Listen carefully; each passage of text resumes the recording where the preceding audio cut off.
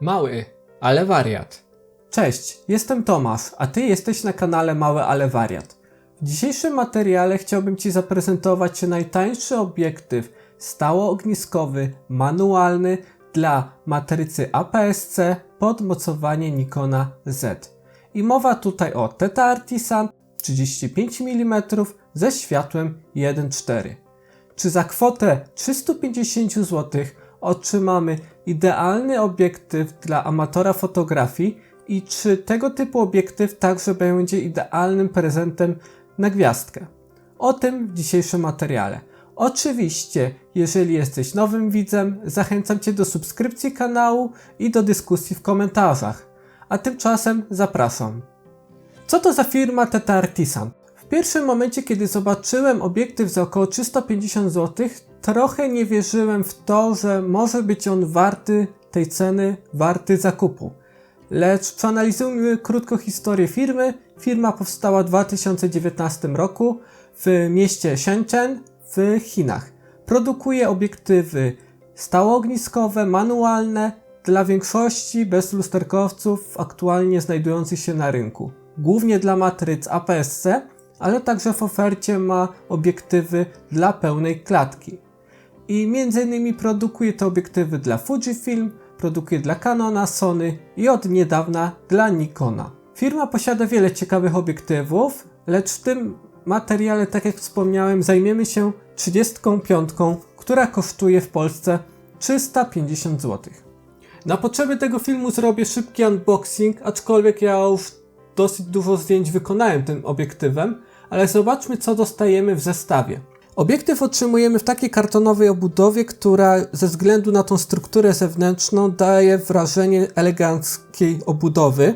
Kiedy poniesiemy górną obudowę, otrzymujemy instrukcję obsługi oraz kartę gwarancyjną. Co ciekawe, instrukcja obsługi nie zawiera informacji na temat Nikona. Wynika to z tego, że dla mocowania Z ten obiektyw został jako ostatni wydany i producent pewnie jeszcze nie zaktualizował swojej instrukcji obsługi. Po usunięciu tych wszystkich papierów naszym oczom ukazuje się to maleństwo, ten obiektyw. W moim przypadku, tak jak wspomniałem, ten obiektyw już był używany, więc już ma nakręcony filtr.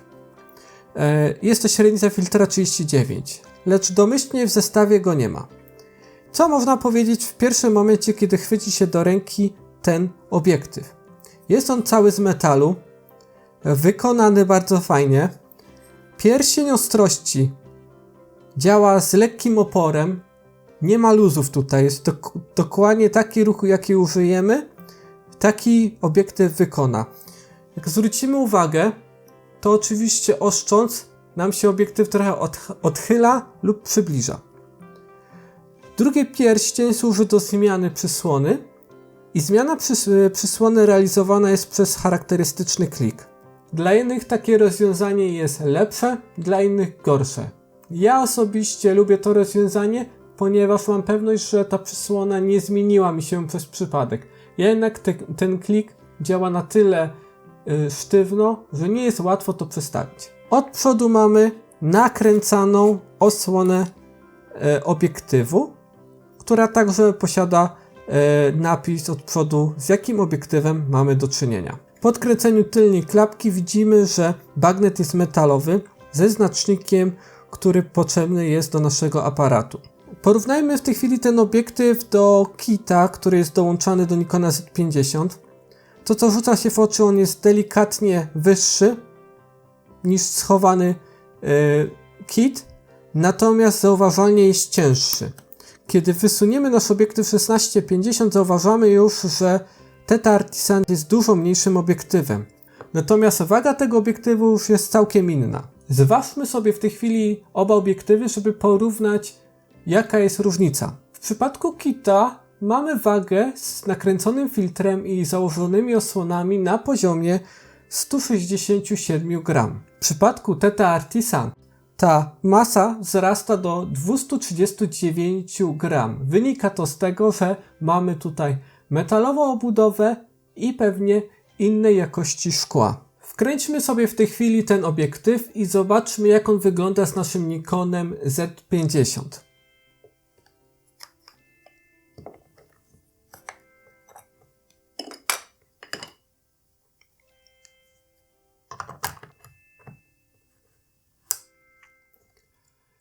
Proces montowania tego obiektywu i zdejmowania nie jest faktem najprostszy, ponieważ mamy tutaj bardzo wąski pierścień, o który możemy chwycić.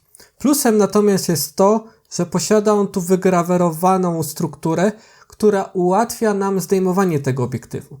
I kiedy zobaczymy, jak wygląda to maleństwo z Nikonem Z50, mogą pojawić się komentarze, że ten obiektyw nie wygląda tutaj profesjonalnie. O gustach się nie dyskutuje, natomiast to, co nas bardziej interesuje, jest to aspekt fotograficzny, czyli do czego został stworzony ten obiektyw. Więc jak sobie radzi ten obiektyw w fotografowaniu? Kiedy zacząłem fotografować tym obiektywem, nieźle się zdziwiłem, ponieważ się okazało, że już od pełnej przysłony, czyli 1.4, ten obiektyw jest ostry. Bardzo prosto operuje się tym pierścieniem tutaj ostrości, przez co łapanie ostrości, szczególnie z funkcją Focus Picking w Nikonie, jest bajecznie proste. Ten obiektyw już od przysłony 1.4 jest ostry, nie jest ostry jak żyleta, natomiast już jest ostry. Oczywiście, jeśli domkniemy go na wartość 1.8, a dokładnie na wartość 2, bo taką na pewno mamy wartość zapisaną na pierścieniu przysłony, ostrość jest już bardzo przyjemna. Natomiast w porównaniu do Nikora 50 mm f1.8G, którego też posiadam, no to ten obiektyw znacząco wygrywa.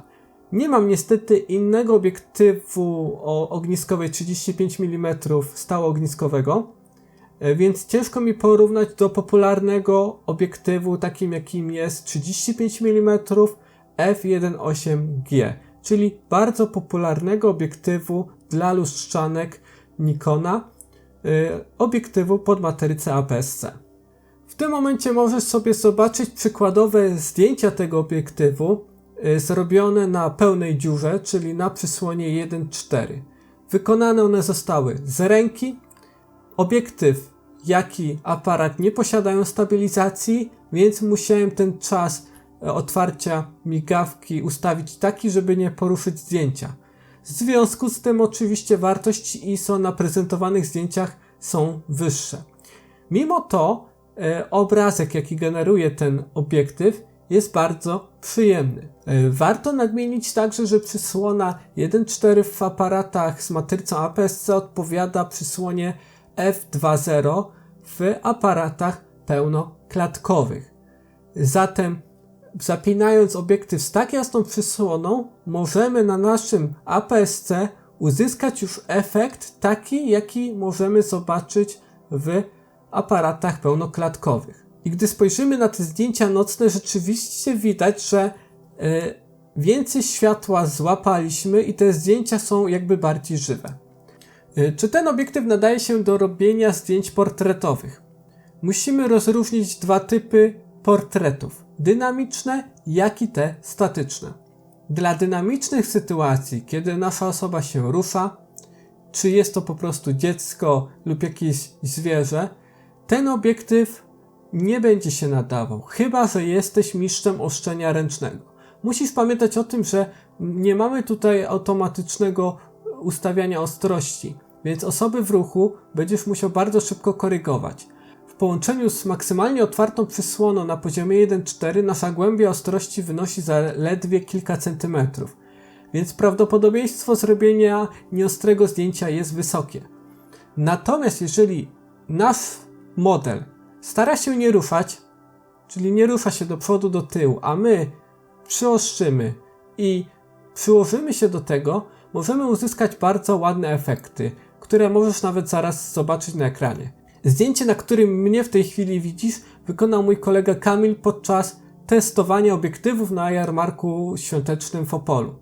To natomiast zdjęcie ja wykonałem i także mamy tutaj statyczną sytuację i kiedy mamy czas, żeby ostrzyć, ten obiektyw spełnia swoje zadanie. A teraz zadajmy sobie pytanie, czy trudno jest robić zdjęcia obiektywami manualnymi na przykładzie Nikona Z50. I w tej chwili zrobimy sobie test z udziałem tego Tata Artisan.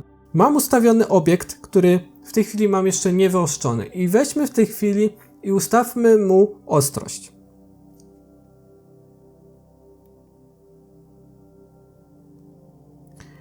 Przysłonę mam otwartą do końca, zrobimy TV zdjęcie i surowe zdjęcie wygląda następująco. Tak jak możesz zobaczyć, ta głębia ostrości nie jest za duża, szczególnie dla obiektów, które są fotografowane blisko. Zrobię w tej chwili także inną fotografię, która będzie polegała na sfotografowaniu aparatu, który właśnie mnie nagrywa. Zobaczmy, jak to się prezentuje na otwartej do końca przysłonie. W mojej opinii efekt jest kapitalny. Oczywiście, jeżeli mamy kontrastowe elementy z napisami, z jakimiś krawędziami, łatwiej działa focus picking, przez co szybciej nam się ostrzy te zdjęcia. Jeżeli mamy jednak matowe tło, nie ma jakichś charakterystycznych krawędzi, to czas ostrzenia zajmie nam więcej. A czy ten obiektyw nada się osobie, która planuje nagrywać materiały wideo? Po pierwsze, nasz aparat nie ma wbudowanej stabilizacji. Z tego też powodu jakiekolwiek ruchy aparatu, nawet i umieszczonego na gimbalu czy statywie, polegające na zmianie ostrości, będą zauważalne na danym wideo. W tym momencie możecie zobaczyć taki urywek, który wykonałem z ręki, ostrzyłem przy okazji. Nie jestem filmowcem, więc nie oceniajcie efektów, ale to co można powiedzieć, to jeżeli byśmy umieścili ten aparat na statywie, nie dotykali pierścienia ostrości, to obraz, który rejestrujemy przy pomocy tego obiektywu, jest bardzo przyjemny. Mam tu na myśli oczywiście sytuację, kiedy tego światła nie mamy za dużo, czyli na przykład przedstawiony tutaj przed chwilą jarmark świąteczny. Natomiast to, co jest warte uwagi podczas filmowania tym obiektywem, że jeżeli mamy sceny statyczne, nie dotykamy pierścienia ostrości, to kolory, jak i światła, które łapiemy, szczególnie na otwartej całkowicie przysłonie, są takie jak w obiektywach pełnoklatkowych. Więc jeżeli rozważamy jakość obrazu do ceny i do tego, że niektórzy używają droższe obiektywy i ostrzą je manualnie, to w tym przypadku Theta Artisan wypada fenomenalnie. Będąc przy temacie cen i porównania do innych obiektywów, warto w tym miejscu wspomnieć o konkurentach dla tego obiektywu. Przypominam, ten obiektyw kosztuje do 350 zł. Da się go kupić za 330 bez problemu w Polsce także. Naturalnym konkurentem, który go posiada większość użytkowników lustrzanek Nikona, jest 35 mm f1.8G. Ja takiego obiektywu nigdy nie posiadałem, więc ciężko mi powiedzieć, jaki obraz on generuje. Natomiast wiem, że on aktualnie w sprzedaży jest za około 750 zł, czyli raz więcej. Jeżeli dodamy sobie cenę obiektywu na mocowanie f oraz adaptera FTZ, okazuje się, że tańszym rozwiązaniem będzie Viltrox 33 mm ze światłem 1.4. Jest to całkiem nowy obiektyw, został wydany bodajże 2-3 miesiące temu. Jest on dedykowany dla systemu Z, dla aparatów APS-C. Oczywiście on ma też konkurenta 35 mm na pełnej klatce, też na mocowanie Z, ale musimy się tutaj zastanowić, czy planujemy rozwijać nasz zestaw w przyszłości do pełnej klatki, czy też nie. No i ostatnim obiektywem, do którego można byłoby porównywać, jest to natywne szkło od Nikona 35 mm ze światłem 1.8 z linii S. Ten obiektyw niestety, ale kosztuje już 3400 zł, czyli 10 razy więcej niż ten Theta Artisan. Zatem czy jest to idealny obiektyw dla amatora, średnio zaawansowanego amatora, bądź też obiektyw, który nadaje się do wręczenia jako prezent? Odpowiedź jest twierdząca. Dlaczego? Po pierwsze, jeżeli ktoś nie posiada ogniskowej 35 mm, to ten obiektyw generuje naprawdę piękny obraz, jak za tak niską cenę. Oczywiście wadą jest brak autofokusu, no ale nie oczekujmy, że za 350 zł będziemy mieć autofokus, bo nie na tym polega. Druga kwestia jest taka, że otrzymujemy obiektyw w stylu vintage.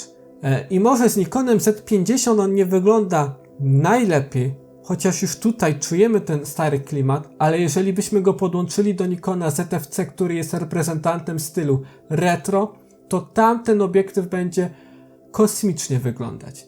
Dodatkowo ta metalowa obudowa obiektywu idealnie wpasowuje się w ten cały styl retro.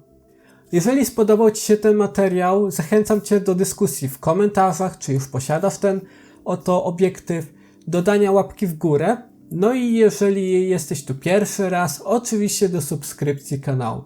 A tymczasem dziękuję za uwagę i pozdrawiam.